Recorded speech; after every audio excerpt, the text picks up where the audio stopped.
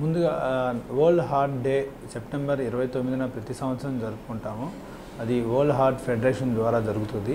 So ఈ సంవత్సరం 2015లో world Heart day theme అంటే ఈ థీమ్ అనేది ఏంటంటే healthy heart choices for everyone and everywhere. అంటే ప్రతి ఒక్కరికి ప్రతి చోట అని అర్థం అన్నమాట. హెల్దీ హార్ట్ చాయిస్, హార్ట్ అనేది ఈ హార్ట్కి ఏమేమి చాయిస్ ఉంటాయో అంటే ఎలా మనం క్రియేట్ చేయగలం అనే దానికోసం ఈ క్యాంపెయిన్ తీసుకోవడం జరిగింది. సో ఇది ఎందుకు అంటే సుమారుగా మొత్తం ప్రపంచం మొత్తం మీద 17.3 మిలియన్ పీపుల్ చనిపోతున్నారు. సంవత్సరానికి 17.3 మిలియన్ మంది చనిపోతారు. ఈ డెత్స్లో సుమారు 80% మనం తగ్గించగలం. రిస్క్ ఫ్యాక్టర్ మాడిఫికేషన్ అంటే మనం తగ్గించగలిగిన డెత్స్ అనమాట. అంటే రిస్క్ ఫ్యాక్టర్స్ అంటే స్మోకింగ్ అని, ఆల్కహాల్ అని, లేకపోతే డైట్స్ అని, లేకపోతే డయాబెటీస్ అని, హైపర్ టెన్షన్ అని, ఇవన్నీ మనం జనరల్గా ఏం చేస్తాము అంటే జనరల్గా బ్లేమ్ చేసేది ఏంటంటే పేషెంట్ని బ్లేమ్ చేస్తాం. డాక్టర్ తరఫు నుంచి కానీ, లేకపోతే అలా ఫ్యామిలీ తరఫు నుంచి కానీ, లేకపోతే ఇంకా సొసైటీ తరఫు నుంచి కానీ పేషెంట్ అతనికి వచ్చిన ప్రాబ్లం నువ్వు తాగుతావు కాబట్టి, నువ్వు సిగరెట్లు తాగుతావు, మందు తాగుతావు, తిండి సరిగ్గా చేయవు, వాకింగ్ చేయవు కాబట్టి నీకు వచ్చిందని బ్లేమ్ చేయడం అనేది జరుగుతుంది. కానీ మనము as a family person, as a society person, friendly home, healthy heart friendly society or community or healthy heart nation అనేది మనం ఏమైనా చేయగలుగుతున్నామా అనేది కూడా ఇంపార్టెంట్. హెల్దీ హార్ట్ అనేది ముందు హోమ్ దగ్గర నుంచి మొదలు పెట్టుకుంటే మనం ముందు పిల్లల చిన్న వయసు దగ్గర నుంచి మనం ఎడ్యుకేషన్ రిగార్డింగ్ ఫుడ్ ఎడ్యుకేషన్ కావచ్చు, హ్యాబిట్ ఎడ్యుకేషన్ కావచ్చు, లేకపోతే ఫిజికల్ యాక్టివిటీ ఎడ్యుకేషన్ కావచ్చు. అది చిన్నప్పటి నుంచి పిల్లలకి అవగాహన కల్పించడం వల్ల వారు పెద్దయినాక కానీ లేకపోతే హార్ట్ ఫ్రెండ్లీ ఎన్వైర్న్మెంట్ని సొసైటీలో కూడా తీసుకురాగలరు.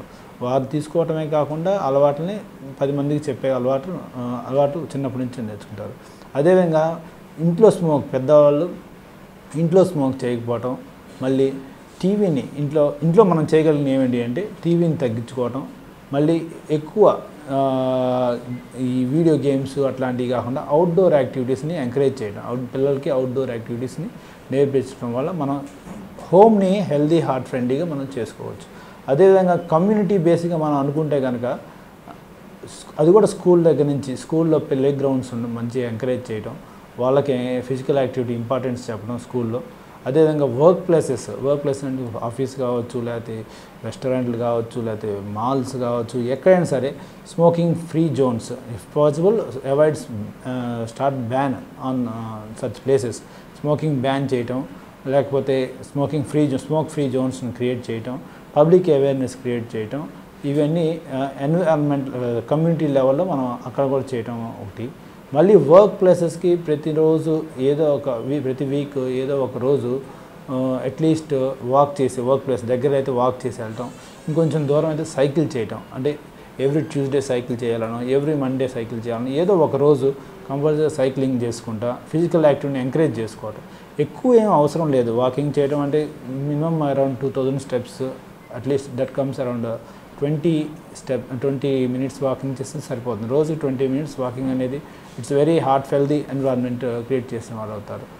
సో హెల్దీ హార్ట్ కమ్యూనిటీ అనేది ఇట్లా కూడా వస్తుంది.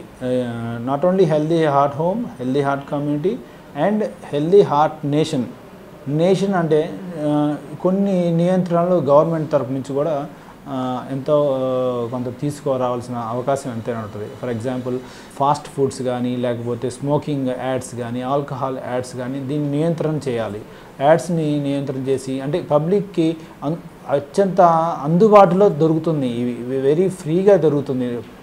హెల్దీ ఫుడ్ కన్నా అన్హెల్దీ ఫుడ్ బాగా తొందరగా దొరుకుతుంటే పబ్లిక్ జనరల్గానే వాటి వైపుకి వెళ్ళే అవకాశం చాలా ఎక్కువ ఉంటుంది. సో ప్రభుత్వం తరపు నుంచి చేసుకోవాల్సినవి ఇవి కూడా ఉంటాయి. Smoking if not possible at least దాన్ని రెగ్యులరైజ్ చేయాలి. మార్కెటింగ్ కానీ లేకపోతే పబ్లిక్లో అవేర్నెస్ క్రియేట్ చేస్తే స్మోకింగ్ గురించి తద్వారా హార్ట్ హెల్దీ నేషన్ని క్రియేట్ చేయదు. So heart healthy home, heart healthy community, heart healthy nation ద్వారా ప్రపంచం మొత్తం హెల్దీ ఎన్వైరన్మెంట్ అండ్ హెల్దీ హార్ట్ని మనం క్రియేట్ చేయగలుగుతాం అనమాట. సో ఇది ఈ వరల్డ్ హార్ట్ డే క్యాంపెయిన్ అనేది వరల్డ్ హార్ట్ ఫెడరేషన్ వాళ్ళు ముందుగా చెప్పినట్లుగా వరల్డ్ హార్ట్ ఫెడరేషన్ అనేవారు తీసుకోవటం వల్ల అట్లీస్ట్ ఈ ముందుగా చెప్పిన జాగ్రత్తలు ముందుగా చెప్పినవి అన్నీ తీసుకోవటం వల్ల at least 80% of the normal deaths అనేవి మనం తగ్గించగలం.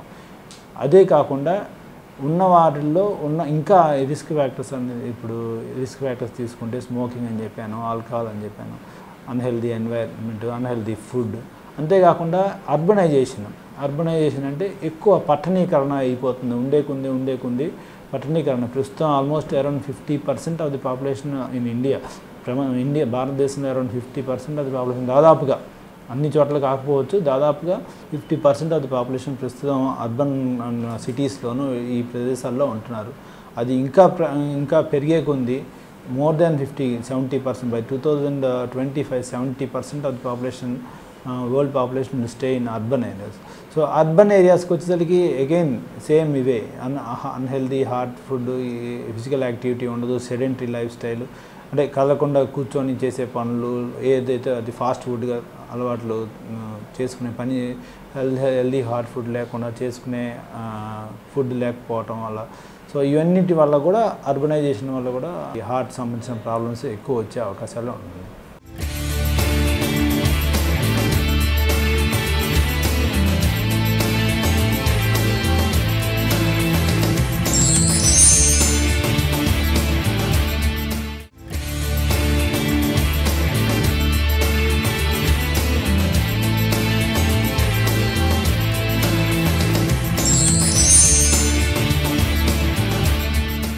గుండె సమస్యలు ఎవరెవరికి వచ్చే అవకాశాలు ఉంటాయి అనేది కూడా తెలుసుకుందాము.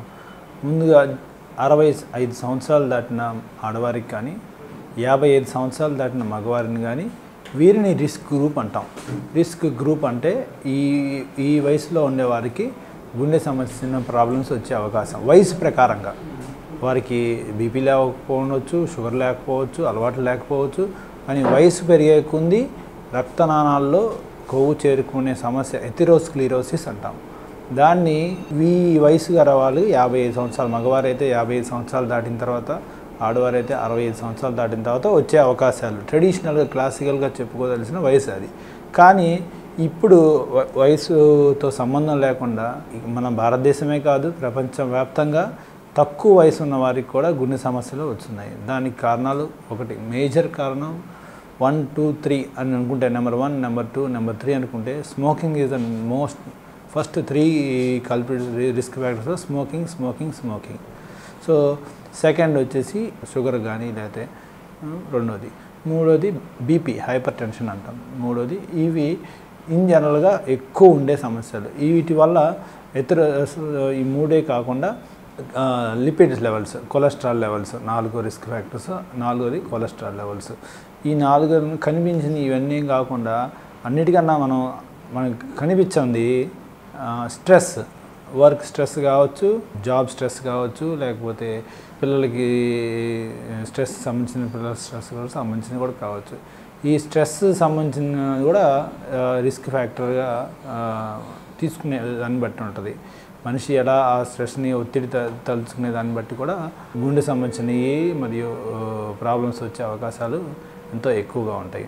సో ఇందాక చెప్పినట్టు 65 సంవత్సరాల దానికి కాకుండా బాగా స్మోక్ చేసేవారికి, షుగర్ ఉన్నవారికి, బీపీ ఎక్కువ ఉన్నవారికి, బీపీ వల్ల కొంచెం గుండె మీద ఒత్తిడి ఆల్రెడీ డెవలప్ అయిన వారికి, మరియు ఎన్విరాన్మెంటల్ స్ట్రెస్ ఎక్కువ ఉన్నవారికి వీరందరికీ గుండె సంబంధించిన ప్రాబ్లమ్స్ ఎక్కువ వచ్చే అవకాశాలు ఉంటాయి.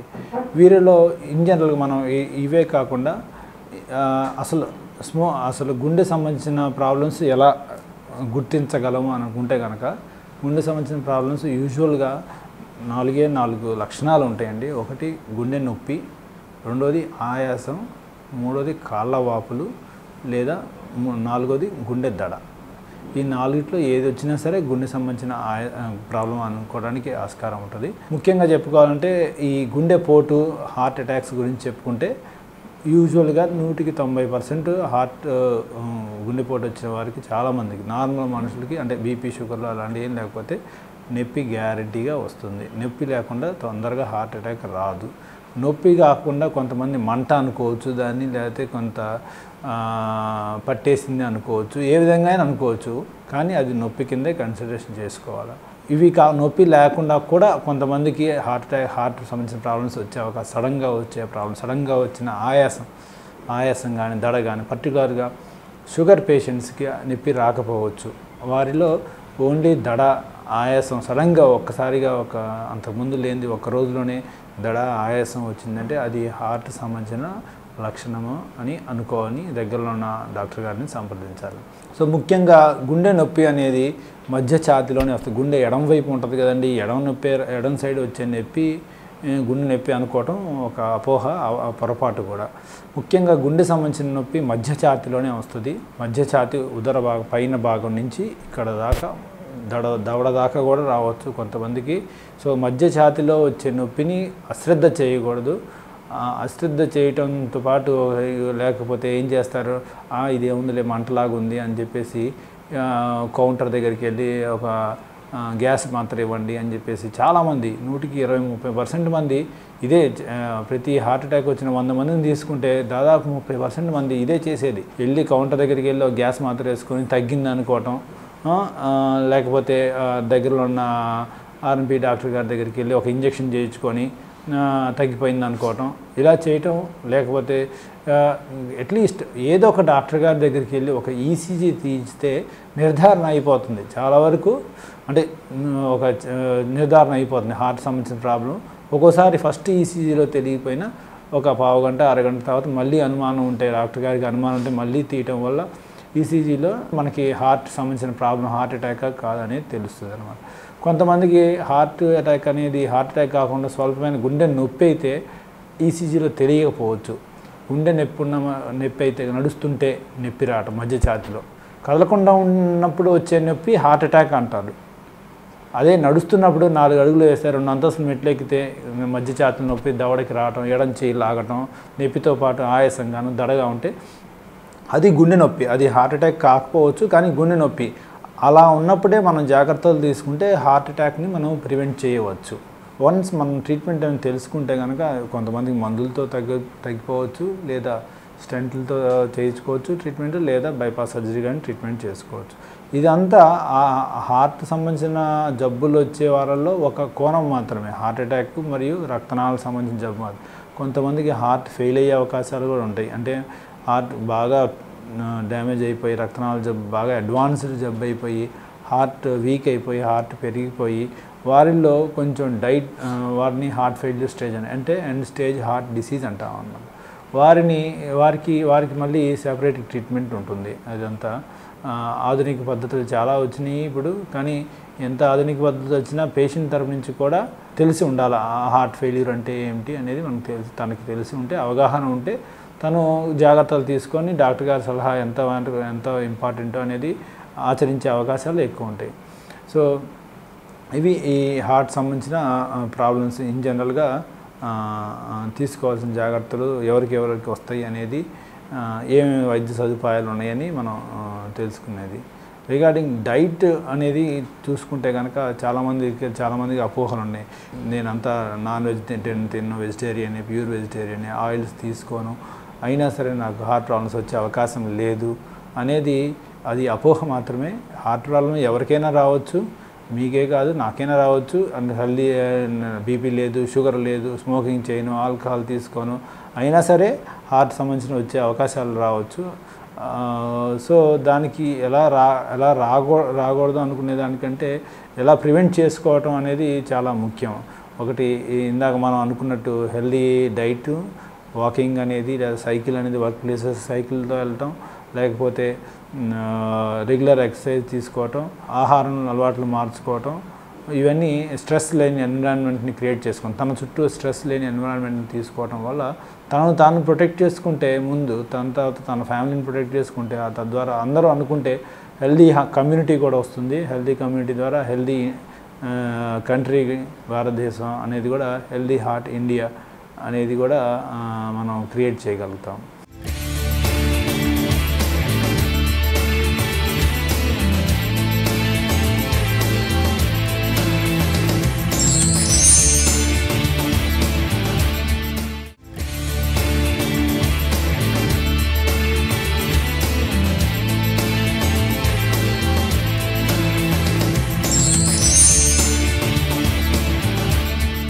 ఆల్రెడీ హార్ట్ ప్రాబ్లం వచ్చిన వారు ఎటువంటి జాగ్రత్తలు తీసుకుంటే బాగుంటుంది అనేది విషయం తెలుసు గురించి వస్తే కనుక మేజర్గా 2 గ్రూపులుగా డివైడ్ చేసుకుంటే హార్ట్ ఆపరేషన్ చేయించుకున్నవారు, ఆపరేషన్ అంటే స్టెంట్ కావచ్చు, లేదా బైపాస్ సర్జరీ కావచ్చు, లేదా హార్ట్ ఫెయిల్ అయిన వారు, ఈ 2 కోణాలు 2 వివిధ గ్రూపులుగా చేసుకుంటే కనుక హార్ట్ ఫెయిల్ అయిన వాళ్ళు ముందు తీసుకుంటే వారిలో మందులు వాడటం అనేది చాలా కొన్ని మందులు ఎక్కువ ఉంటాయి, బట్ స్టిల్ చాలా ఇంపార్టెంట్ వారిలో. ముఖ్యంగా ఆహారపు అలవాట్లు వీళ్ళలో ఇంకా చాలా important. For example salt intake, daily salt intake 2 grams అంటే అర చెంచా మనం టీ స్పూన్ తీసుకుంటే అందులో అర టీ స్పూన్ ఉప్పు కన్నా ఎక్కువ తీసుకోకూడదు. సలాడ్స్ కానీ లేకపోతే జనరల్గా తీసుకునే ఫుడ్స్ తీసుకోవచ్చు, కానీ సాల్టెడ్ ఐటమ్స్, రోస్టెడ్ ఐటమ్స్, పచ్చళ్ళు, పికిల్స్ అనేవి, ఇలా non veg items, masala items, ఇవన్నీ ఎక్కువ తీసుకోవటం. ఈ ఫుడ్లో సాల్ట్ కంటెంట్ చాలా ఎక్కువ ఉంటుంది. సాల్ట్ ఎక్కువ ఉంటే వాటర్ రిటెన్షన్ కెపాసిటీ ఎక్కువ ఉంటుంది. ఆల్రెడీ గుండె వీక్ అయినప్పుడు వాటర్ కంటెంట్ చాలా రెగ్యులేటెడ్గా తీసుకోవాలి. వాటర్ ఎక్కువ కంటెంట్ రిటెన్షన్ అయితే ఎక్కువ ఆయాసం వస్తూ ఉంటుంది. సో సాల్ట్ కంటెంట్ అనేది మనం చాలా మోడరేట్ కంటెంట్లో తీసుకోవాలి. రెగ్యులర్ ఎక్సర్సైజ్ అనేది కూడా చేస్తే వీళ్ళలో హార్ట్ ఫెయిల్యూర్ పేషెంట్స్లో హార్ట్ ఫంక్షనింగ్ అనేది ఇంప్రూవ్ అయ్యే అవకాశం ఉంటుంది కొంత. అంటే around 20 minutes per day is enough. At least 5 days a week, అంటే 5 రోజులు, వారానికి 5 రోజులు చొప్పున చేసి ప్రతిరోజు 20 నిమిషాల నుంచి 30 నిమిషాల వరకు చేస్తే సరిపోతుంది. అది హడావుడిగా చేయాల్సిన అవసరం లేదు. మోడరేట్ ఎక్సర్సైజ్ అంటే కొంచెం మనకి ఇబ్బంది లేకుండా, పేషెంట్కి ఇబ్బంది లేకుండా, ఆయాసం రాకుండా ఉండేట్టు చేయాలి. అది గ్రాడ్యువల్గా పెంచుకుంటా పోతే ఇంకా మంచిది. ఫస్ట్ 10 లేదా 1 నెల రోజులు ఒక 200 మీటర్లే నడవండి. ఆ తర్వాత ఇంకో నెలలో పెందా 200 మీటర్లు కావాలి, 400 మీటర్లు, అట్లా కొంచెం గ్రాడ్యువల్గా పెంచుకుంటే మనకి ఇబ్బంది లేనంత వరకు నడుస్తుంది. మోడరేట్ ఎక్సర్సైజ్ అనేది డెఫినెట్లీ హెల్ప్ఫుల్. అంతేకాకుండా ఈ హార్ట్ ఫెయిల్యూర్ పేషెంట్స్కి డైట్ కంటెంట్, ఎక్సర్సైజే కాకుండా వివిధ వేరే ప్రాబ్లమ్స్, అంటే హార్ట్ సంబంధించిన ప్రాబ్లమ్స్ కాకుండా వేరే ప్రాబ్లమ్స్, ఫర్ ఎగ్జాంపుల్ సీజనల్ జ్వరాలు వచ్చినప్పుడు కానీ, లేకపోతే వేరే వాంతులు విరోచనాలు అయినప్పుడు కానీ, లేకపోతే మిగతా హెల్త్ ఇష్యూస్ ఉన్నప్పుడు కూడా చాలా డిరేంజ్మెంట్స్, చాలా ఇబ్బందులు వచ్చే అవకాశాలు ఉంటాయి. సో వాటికి ఈవెన్ చిన్న జ్వరానికి కూడా, లేకపోతే వాంతులు విరోచనాలు అయిన దానికి కూడా సొంత ట్రీట్మెంట్ వాడకుండా డాక్టర్ గారిని సంప్రదించి ముందే ప్రాబ్లమ్ని, కొంచెం పెద్ద ప్రాబ్లమ్స్ని, మేజర్ ప్రాబ్లమ్స్ని అరికట్టవచ్చు. లేదా దానికి చిన్న ట్రీట్మెంట్ మీరే తీసుకొని ఇంటి దగ్గర, దానికి మళ్ళీ ప్రాబ్లం పెద్దదైన తర్వాత తీసుకొస్తే హార్ట్ ఫెయిల్యూర్ పేషెంట్స్కి ఈవెన్ డాక్టర్స్ కూడా ఏం చేయలేకపోవచ్చు ఆ సిచ్యువేషన్లో. సో ఏ ప్రాబ్లం వచ్చినా ముందే తొందరగా డాక్టర్ గారిని సంప్రదిస్తే కనుక వీటిని ఎక్కువ ప్రాబ్లం అవ్వకుండా ముందుగానే నివారించవచ్చు.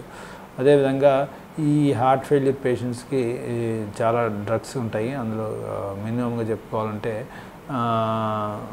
యాంటీప్లేట్లెట్ డ్రగ్స్ అంటాము, లేకపోతే బీటా బ్లాకర్స్ అంటాము. ఇవన్నీ చాలా ఇంపార్టెంట్ డ్రగ్స్. అందులో నీరుడు బిళ్ళ, వాడుక భాషలో చెప్పాలంటే నీరుడు బిళ్ళల వల్ల కూడా రెగ్యులర్గా ప్రాబ్లమ్స్ వచ్చే అవకాశం కూడా ఉంటాయి. అండ్ సోడియం పడిపోవటం, పొటాషియం పడిపోవటం. సో వాటిని కూడా రెగ్యులర్గా మానిటర్ చేసుకోవాలి.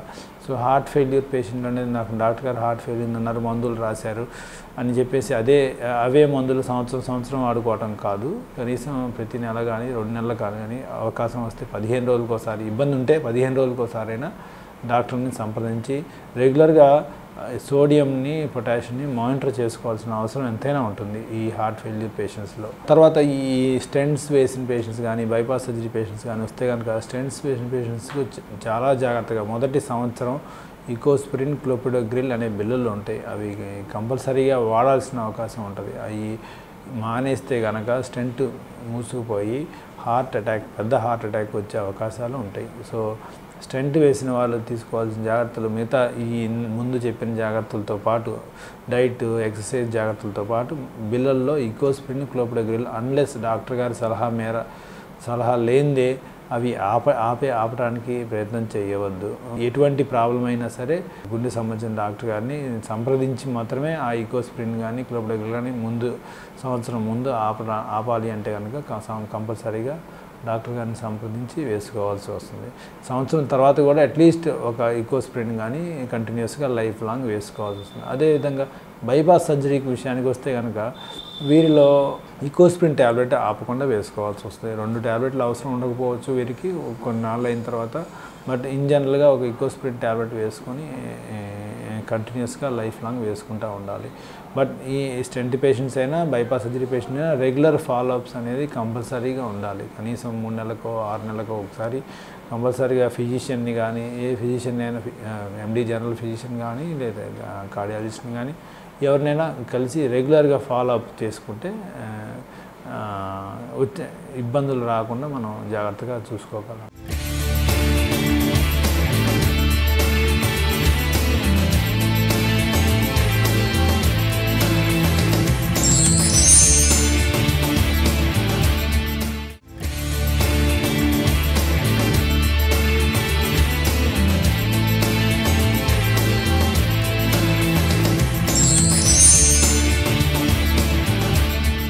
బైపాస్ సర్జరీ చేసిన పేషెంట్స్, హార్ట్ కరోనరీ స్టెంట్స్ వేసిన పేషెంట్లు మందులు ఎంత తీసుకోవడం ఎంత జాగ్రత్త. అలాగే నాకు ఇప్పుడు కొంతమంది సంవత్సరం 2 సంవత్సరాలు అయిపోయిన తర్వాత నాకు బాగానే ఉంది ఇప్పుడు ఏం లేదు అని చెప్పేసి మళ్ళీ స్మోకింగ్ అలవాటు చేసుకోవటాలు, లేకపోతే అంతకుముందు ఇప్పుడు ఏం ఇబ్బంది లేదని మళ్ళీ ఆల్కహాల్ తీసుకోవటాలు అనేది చేయటం పొరపాటు. అవి కంపల్సరీగా వాళ్ళు జీవితాంతం తీసుకోకూడదు.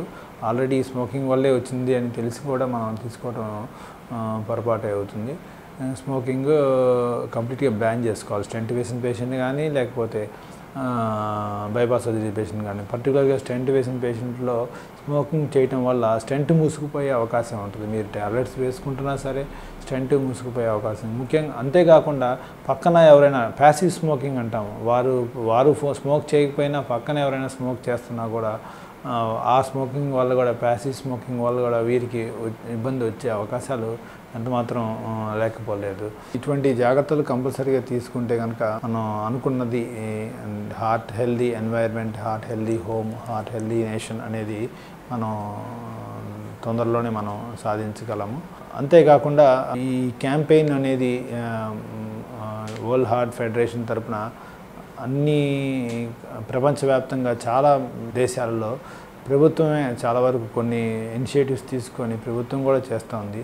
సో నా విజ్ఞప్తి ఏంటంటే ఇది మన ప్రైవేట్ వ్యక్తుల నుంచి next year at least by the 2016కి అయినా సరే వరల్డ్ హార్ట్ డే అనేది క్యాంపెయిన్ అనేది గవర్నమెంట్ తరపు నుంచి కూడా కొంత చేయగలిగితే ఇంకా ఎక్కువ గవర్నమెంట్ చేస్తే చాలామందిలో ఒక అవేర్నెస్ పబ్లిక్ ఓవరాల్గా హ్యూజ్ మాసెస్కి వెళ్ళిపోతుంది, చాలామందికి వెళ్ళిపోతుంది.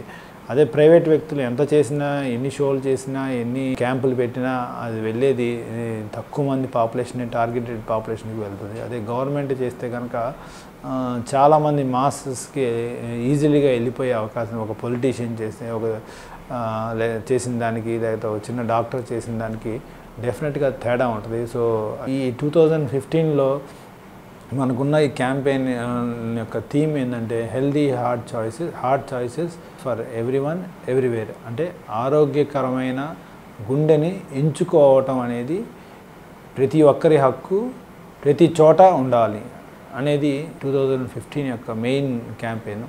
సో ఈ క్యాంపెయిన్లో మనం ప్రతి ఒక్కరికి ప్రతి ఒక్కరి హక్కు, అదేవిధంగా మనం క్రియేట్ చేసుకున్న అలవాట్లను బట్టి మనం ప్రతి చోట అనేది కూడా చాలా ఇంపార్టెంట్. ఎందుకు ఇంక్లూడ్ చేశారంటే వర్క్ ప్లేసెస్లో కూడా హెల్దీ ఎన్వైర్న్మెంట్ ఉంటే కనుక వారికి వచ్చే స్ట్రెస్ కానీ రిలేటెడ్ కానీ, స్మోకింగ్ రిలేటెడ్ కానీ అవి కూడా తగ్గే అవకాశాలు ఉన్నాయి. తద్వారా మనం హార్ట్ రిలేటెడ్ డెత్స్ని మనం అరికట్టవచ్చు. నాకు ఈ అవకాశం ఇచ్చిన 4 వీల్స్ టీవీ యాజమాన్యానికి ధన్యవాదాలు తెలుపుతూ, 4 వీల్స్ టీవీ ప్రేక్షకులందరూ ఇప్పుడు చెప్పిన నియమాలు కానీ లేకపోతే సూచనలు కానీ ఆచరిస్తూ, మరియు పక్కన హెల్దీ హోమ్, నేను చెప్పాను కదా, హెల్దీ హోమ్ ఇంటి ద్వారా కమ్యూనిటీ సొసైటీ ద్వారా, తద్వారా జాతి మొత్తానికి హెల్ప్ఫుల్ అవుతారు అనేది ఆశిస్తూ ఈ కార్యక్రమాన్ని ఇంతటితో ముగిస్తున్నాను. Thank you.